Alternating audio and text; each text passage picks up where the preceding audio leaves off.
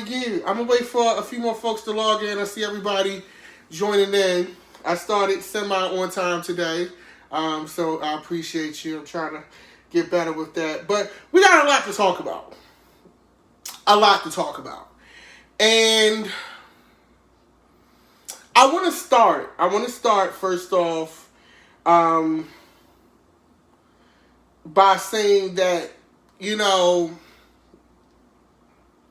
there's a lot that happens in this world to just women in general, especially women of color, black women, especially trans women. And it often gets swept under the rug a lot. We still have a ways to go with how black women and women of color are treated in this country. And in particular by the military.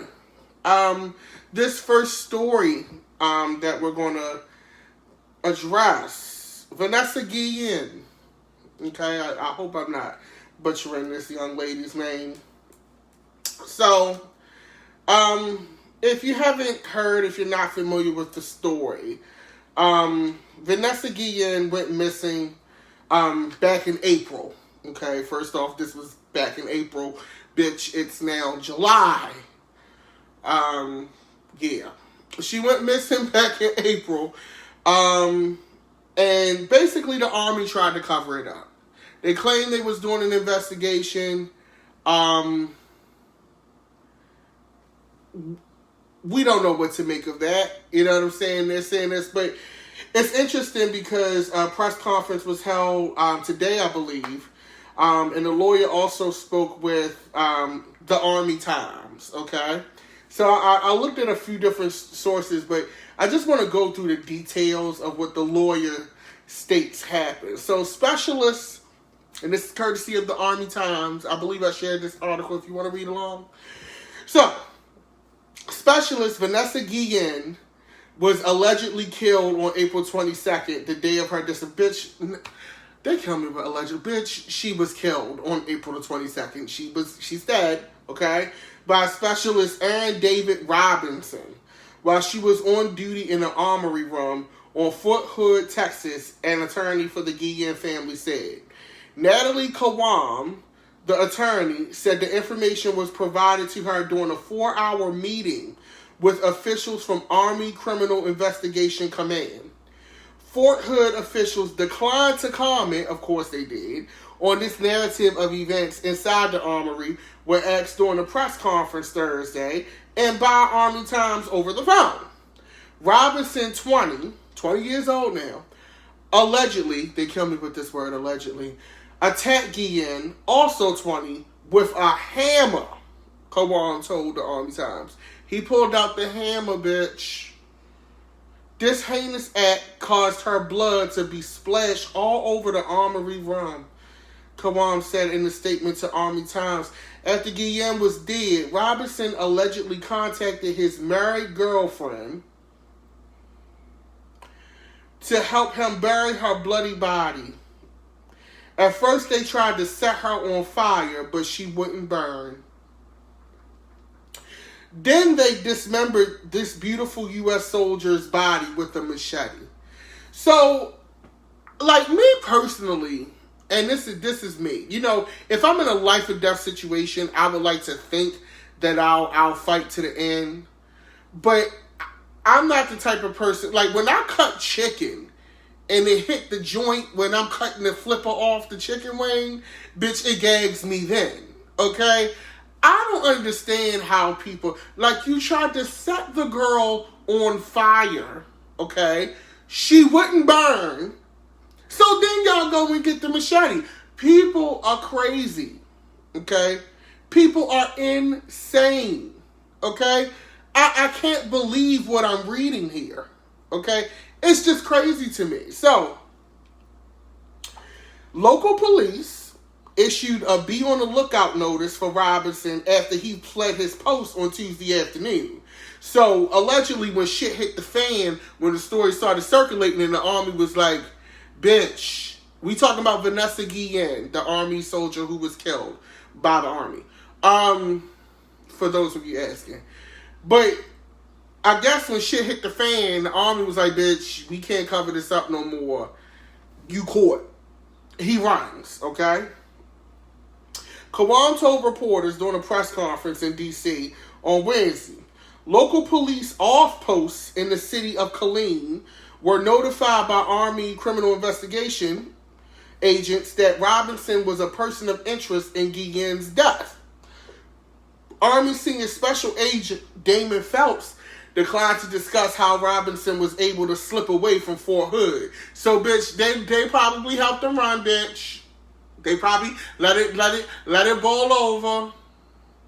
How you don't know how he got out? Or, I mean, they could be protecting interest, but bitch, how you, like, bitch, really? Okay? He was not in our custody at the time, so I can't answer further, Phelps said. I can't detail anything about the ongoing investigation. Law enforcement tracked Robinson. Now, how the fuck y'all don't know how he got out, but the goddamn cops was able to track his ass to the 4700 block of East Rancière Avenue. But his officers attempted to make contact. The suspect produced a weapon and committed suicide by shooting himself. A woman identified by Kawam as Robinson's married girlfriend was booked at Bell County Jail for an unknown offense, according to inmate records, which stated that she is a 22-year-old resident of Guillen. She is just being held by the county, Guillen police told Army Times on Thursday. If charges come, it will be from federal authorities, and there are no charges yet, they added. The civilian suspect was not named during the press conference Thursday. Guillen's unit, the 3rd Cavalry Regiment, has also opened an investigation into allegations brought forth by her family that she suffered from sexual harassment by a supervisor. She was afraid to report it because the sexual harassment was coming from her superiors, so her concern was the retaliation.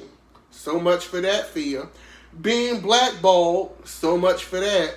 Kawam explained during the press conference, "We believe the person that killed her is that person that sexually harassed her." Phelps said Army criminal investigation detail has found no evidence of those allegations. He called Robinson a co-worker and not a supervisor to Guillen.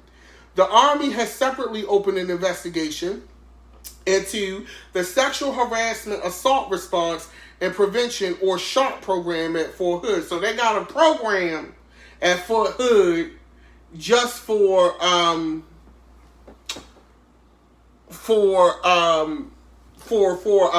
sexual harassment. So they investigating their ass too.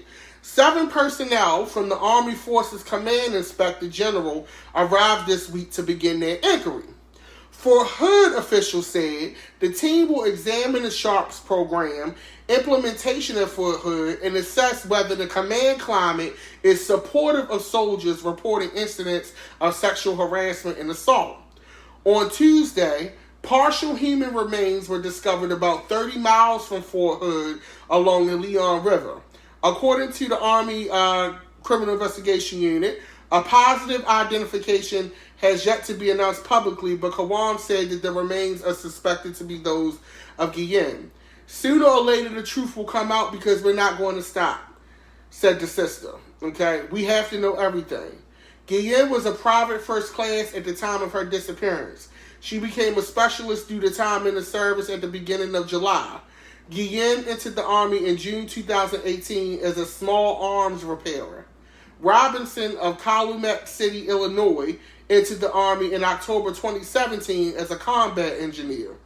Both soldiers were members of 3rd Cavalry Regiment's Engineer Squadron, though they were assigned to different troops. So, you know what's so sad? You know what's so sad about all of this? Is she was a bright young lady, from what I read. Like, I mean, you're in the engineering department, bitch, of the Army. Like, she was, you know, she was smart. And here's the thing about sexual harassment and just how, if you're somebody who is an employer or you work in any form of HR, please understand that a lot of these Mickey Mouse ass policies that y'all push out and a lot of these, oh, you can tell someone Nobody feels that way because the reality is this. There are managers at jobs who have had complaints about them, and y'all don't get rid of them managers. Y'all move them to another unit. And when employees see that, especially when you're talking about their career, you're talking about their money, you're talking about their livelihood, housing, the opportunities that may be presenting themselves in the future, a lot of people are going to second guess, especially a 20-year-old girl, okay, in this big army world, is going to second guess that. Nobody's just going to come and say, yeah, bitch, I'm going to throw all my shit away, my GI Bill, everything, and I'm going to go accuse this motherfucker and report him of sexual harassment. Even though he been trying it, fast forward, she didn't say nothing, now the girl did.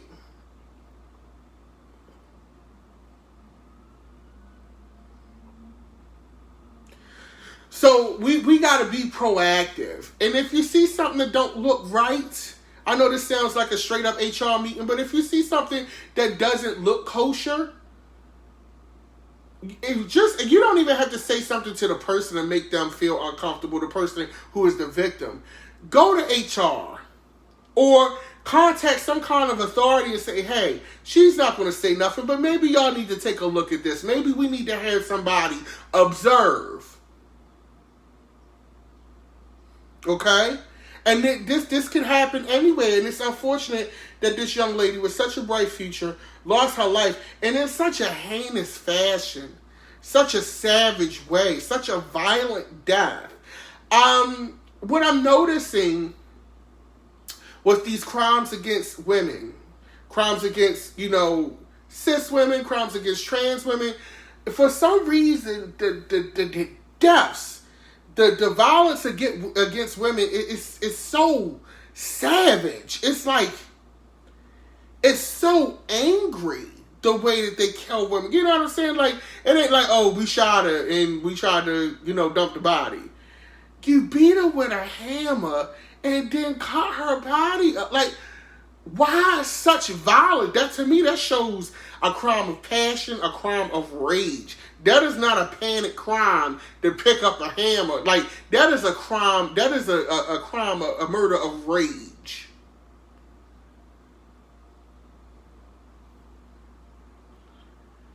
And I just don't, we gotta do better without women. We gotta do better. Like, going through this process and being in COVID and seeing all of these cases, it definitely makes me understand why, so many laws for women are put into place and why it's such a fight, because it's terrible. It's terrible.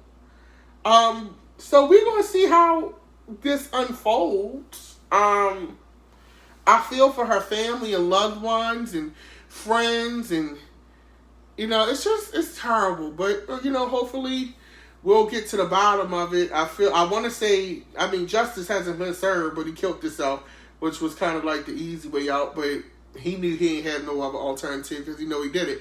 And the crazy thing is this: dear married girlfriend, now your dumb ass getting ready to do fair time. They get ready to arrest and throw the book at your dumb ass.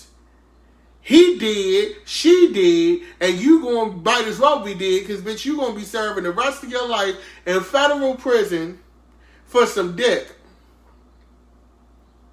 that you ain't even got no damn more.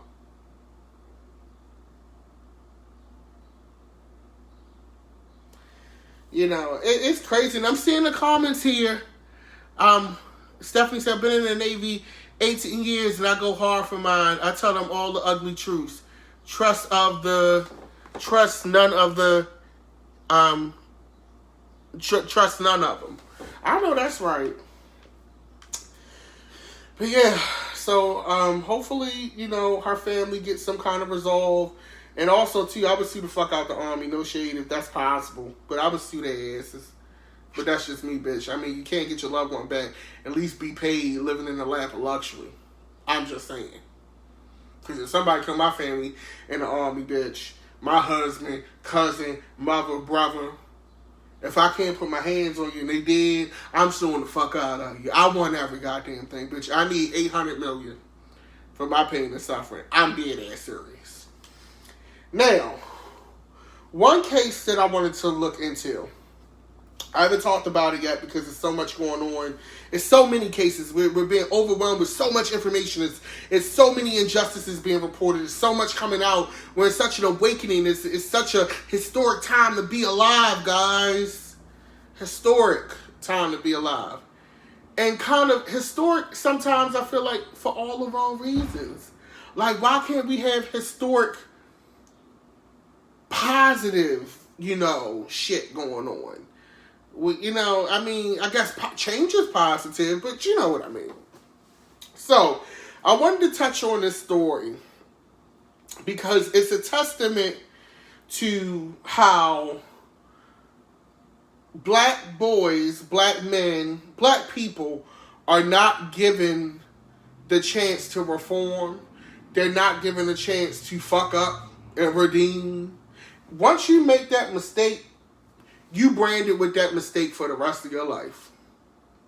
And every human mistake that you make moving forward after you made that big mistake, you're going to pay for that. You're not allowed to be human anymore. So in this case, LaKeith Smith sentenced to 65 years for the death of his friend that he did not kill. That was killed by a cop, okay? So this is courtesy of OK Player. LaKeith Smith received 30 years for murder, 15 years for burglary, and 10 years each for 2 theft convictions to be served back to back. At the time the theft and the burglary happened, he was 15 years old. So let's do some math here. 65 plus 15 is 80. He got sentenced at 18, so 83.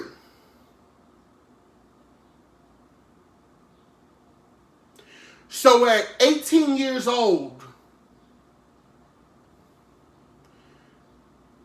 for burglary and theft, he will not see the outside until he's 83.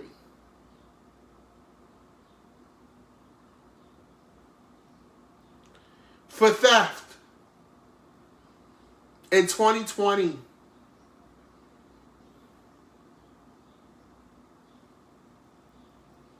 Now I want to read this story to you. Alabama teenager was sentenced to 65 years in prison for a murder he didn't commit. So the bulk of these charges, number one, I think the theft charge and the burglary charge, really 25 years, 35 years for theft and burglary? Really?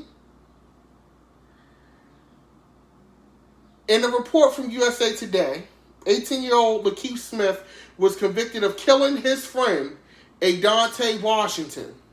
Smith was offered a plea deal of 25 years, but didn't accept it, receiving 65 years instead. Now, you know what they try to do with them plea deals. If you ever watched that Khalif Browder special that they did on Spike TV, which is now the Paramount Network, and I believe it's available on Netflix, they always try to get us with them plea deals.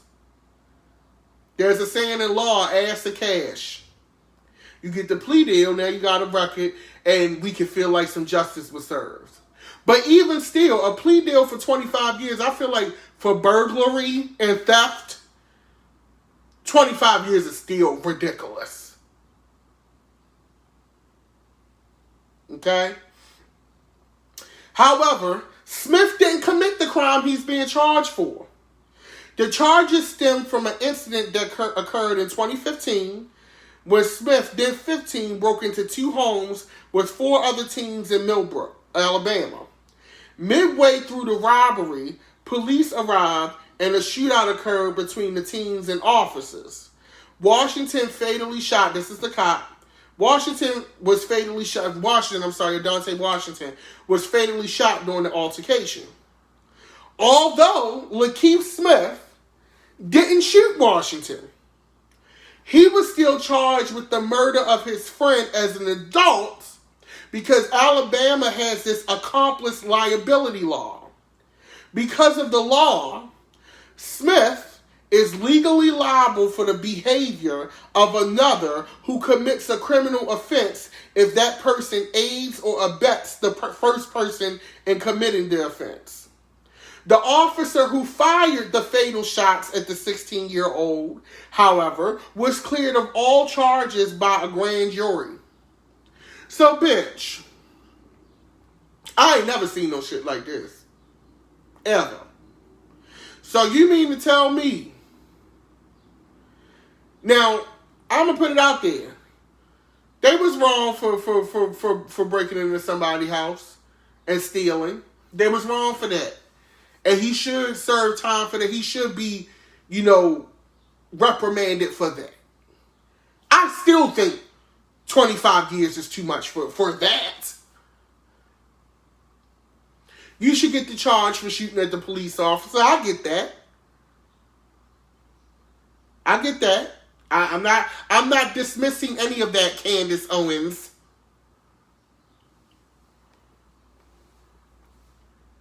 But I've never heard of in my life having somebody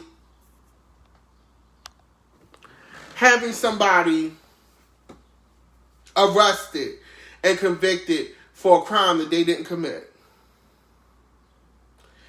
This Alabama shit, this is why, the North got racism too. It's racism everywhere. You can't escape it. But I definitely have no desire to live in the Deep South. I don't. I never will. I'm just not doing it. Because I can't deal. I can't deal. Okay? So, upon receiving a sentence from the judge, and this judge's name is Sibley Reynolds. Remember that name, Judge Sibley Reynolds. He sound like he come from, the stock of plantation owners. Just the name Sibley Reynolds. That just sounds like your people owned slaves. Okay? So when he got the sentence, LaKeith laughed in response. And see, here's the thing. So she goes, the attorney goes, I don't think Mr. Smith will be smiling long when he gets to prison. We are very pleased with this sentence because the sentences are consecutive. It will be a long time before he comes up for even the possibility of parole, at least 20 to 25 years. This bitch is happy that she sent somebody to prison for 65 fucking years for a burglary.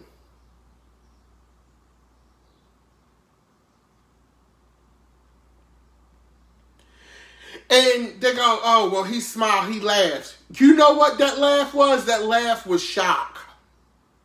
That laugh wasn't, oh, this is funny. That laugh was, I can't believe it. That's what that laugh was. I'm willing to put money on it. That he wasn't laughing because he thought the shit was funny. He wasn't laughing because he probably think prison is a joke. He's laughing because in his mind, he probably ain't processed yet or processed at that time that he get ready to do 65 years for breaking into a house.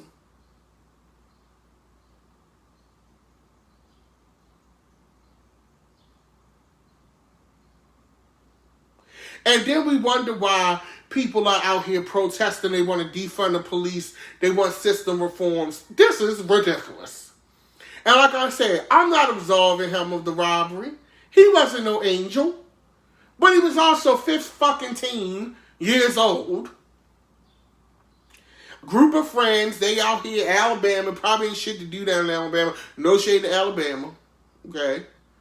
Highlight of the night, probably Walmart. And now, I can't believe it. Children do dumb things, but here's the thing. And I'm going to be very transparent. This is why we're in the place that we're in now. Because no white child in America,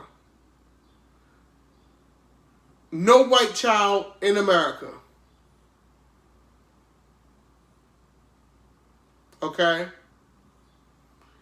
is going to be locked up for 65 years for the same incident. No, white child. I'm willing to put my house, my money, my savings on that.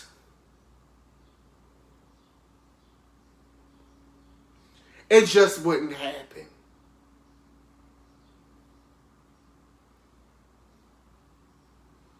Somebody looked up the judge. They said he looked like Colonel Sanders.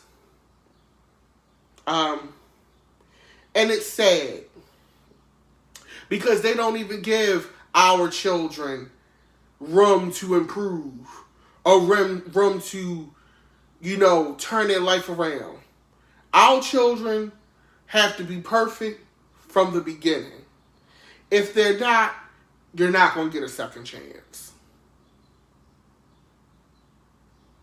And that's just the reality. That's the way it goes. You're not going to get a second chance. And I think that's terrible. That's terrible. But it is what it is, unfortunately. So there's a petition on change.org. It's got 90,000 signatures so far. So we're going to see what that do. And I'm going to be watching this case closely because I hope it doesn't fall through the cracks. Now, Elijah McClain. We already know most of what happened with Elijah McClain. He was listening to his music on his way home. Funny, artistic, eccentric, minding his business. Elijah McClain hits differently for me. And all of the deaths, all of these senseless deaths matter. I hate to use that word matter. But all of them hit, I should say. But Elijah McClain really troubled my soul more because Elijah is, or was, the awkward, weird black kid that, you would see in school that was into Naruto and shit. Or you would see him at playing Magic the Gathering. That's the kind of vibe that he gives me. And as small as he was,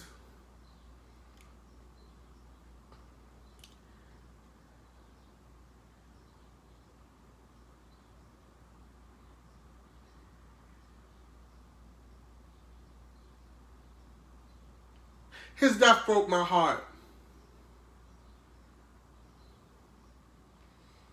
It did.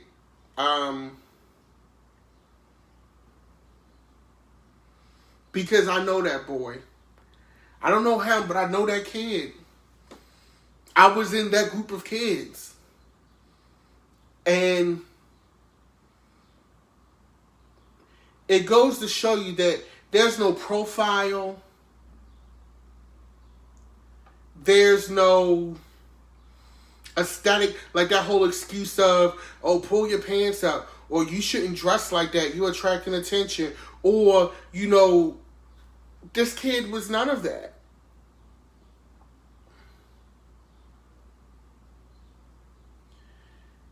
And it's really unnerving to, when I look at his picture, it just bothers me so bad in a way that I can't even explain. I'm struggling to explain it to you.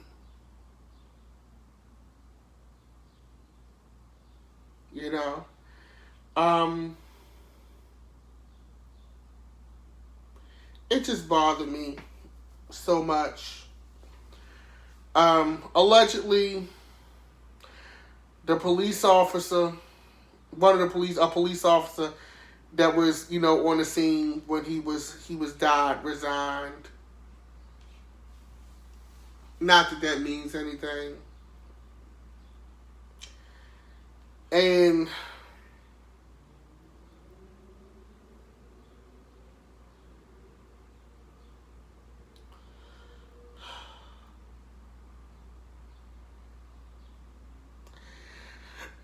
This is depressing. I'm depressed about this one, guys. I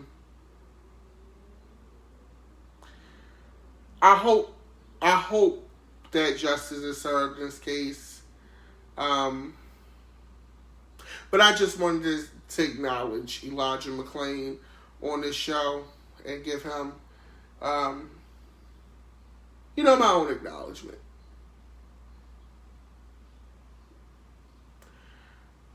Elijah is the first one. Well, I actually cried. I mean, all of them are tough, but I actually cried. Like, I'm depressed now just thinking about it,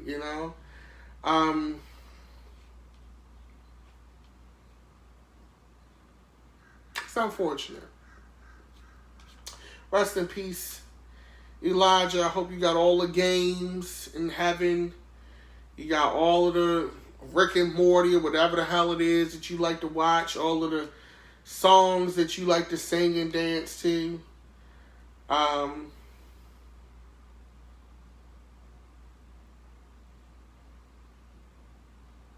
Yeah. We're going to move forward because I'll be the end of this show. Now, coronavirus.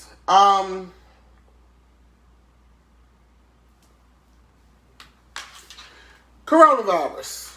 I don't know what the fuck. Americans are simple. Americans are simple people. Especially these Republicans. America is the only country that thought that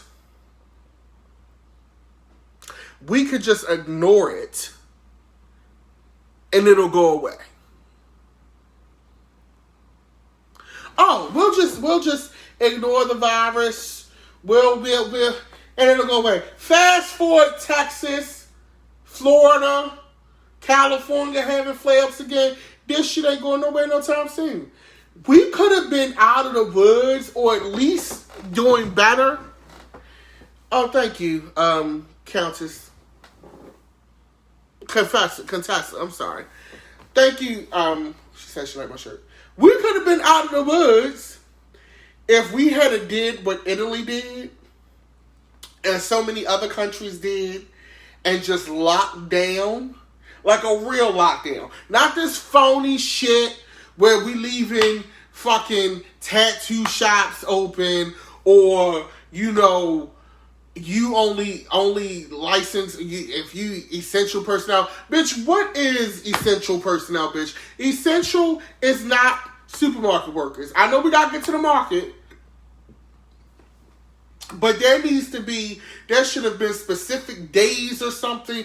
Like, this lockdown, and the thing that is annoying is so many people complained about it, but it wasn't even, real.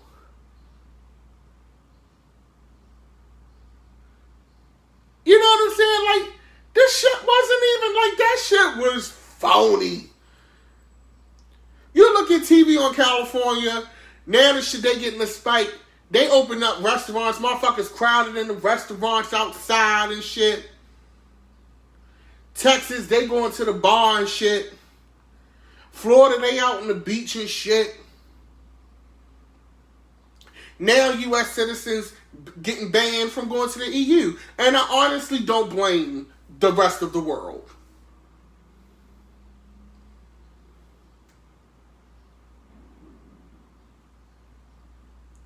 Okay? I honestly don't blame the rest of the world.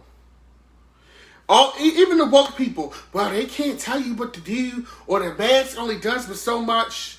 Well, bitch, you play in somebody else's face. Don't play in mine, because I'm going to tell you, my fat ass, it's been sea moss, vitamin D3, elderberry, mask, 5 feet, Clorox, bleach. Don't touch me, bitch. And so far, I feel fucking fine. But I'm not playing with these whores. Now y'all gagging. Now y'all hospitals filled up. The ICU units are overwhelmed. Because y'all wanted to go out and have fucking barbecue.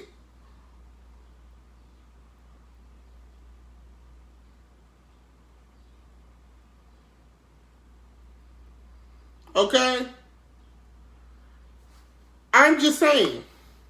And Fauci, nice guy, beautiful gowns, but this is what happens when you've been to leadership like this.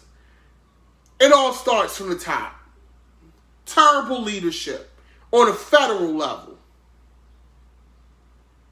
You should not have U.S. citizens watching the news every day looking forward to a press briefing from a governor. The whole country for a period of time was tuned to fuck in like clockwork every day to watch Andrew Cuomo speak to the country. That's not good. That's embarrassing. You should be embarrassed.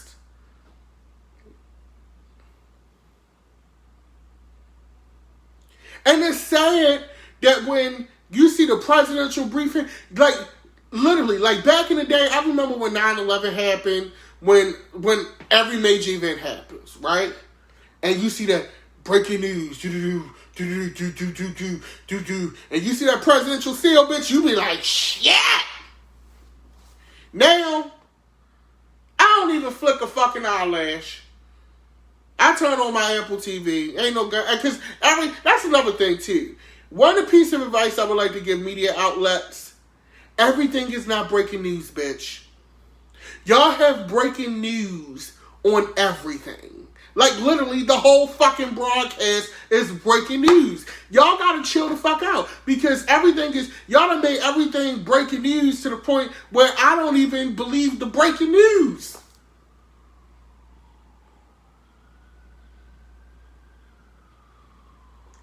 Because everything's breaking news. Is it really breaking news, bitch? Breaking news need to be for the real shit. The high end shit. You don't just put that little bumper on the screen for nothing.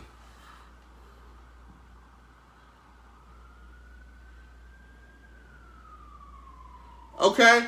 We don't even pay attention to presidential addresses. And he's literally gotten worse and worse. This is like I think one of the only presidencies that I can recall where a president actually got worse as the presidency went on. I don't even think Bush did no shit like this. When he got them shoes thrown at him and shit, and he got ridiculed for Katrina, he at least tried to clean that shit the fuck up. This motherfucker. Craziness. Then you looking at all of the issues that's going on in the White House and the cabinet, and then Kayleigh McEnany, the new press secretary, that bitch is a liar. I used to watch her. It's so crazy. Here's the thing, and I'm not trying to shade CNN. I'm gonna leave on this moment, and I'm gonna let y'all go, right? But I find it interesting. Kellyanne Conway, who works in the Trump administration, we all know Skeletor. She was, okay, a political pundit and talking head on CNN. She was very critical of Trump on CNN. Right before the Republican convention, she gets hired by the Trump administration and moves up in the administration. I remember the night she announced that she got hired because Don Lemon called her out on it because he was like, in so many words, he was like, wait a minute, bitch. Now, you just sat on my same show last week and was going in on his ass. Now you got a job. Now you trying to flip the script. Okay? Kayleigh McEnany, who is now the press secretary, was also a talking head and political pundit on CNN. Once again, I am not shading CNN, but I gotta address the similarities. Okay? Now, I don't know if Donald doing this shit to be spiteful, but I'm like, CNN, y'all gotta start vetting these people a little bit better. I know, like, they try to be, even and have their Republican people in there, but bitch, both of the people that y'all hired just to be talking heads on CNN now work in that administration.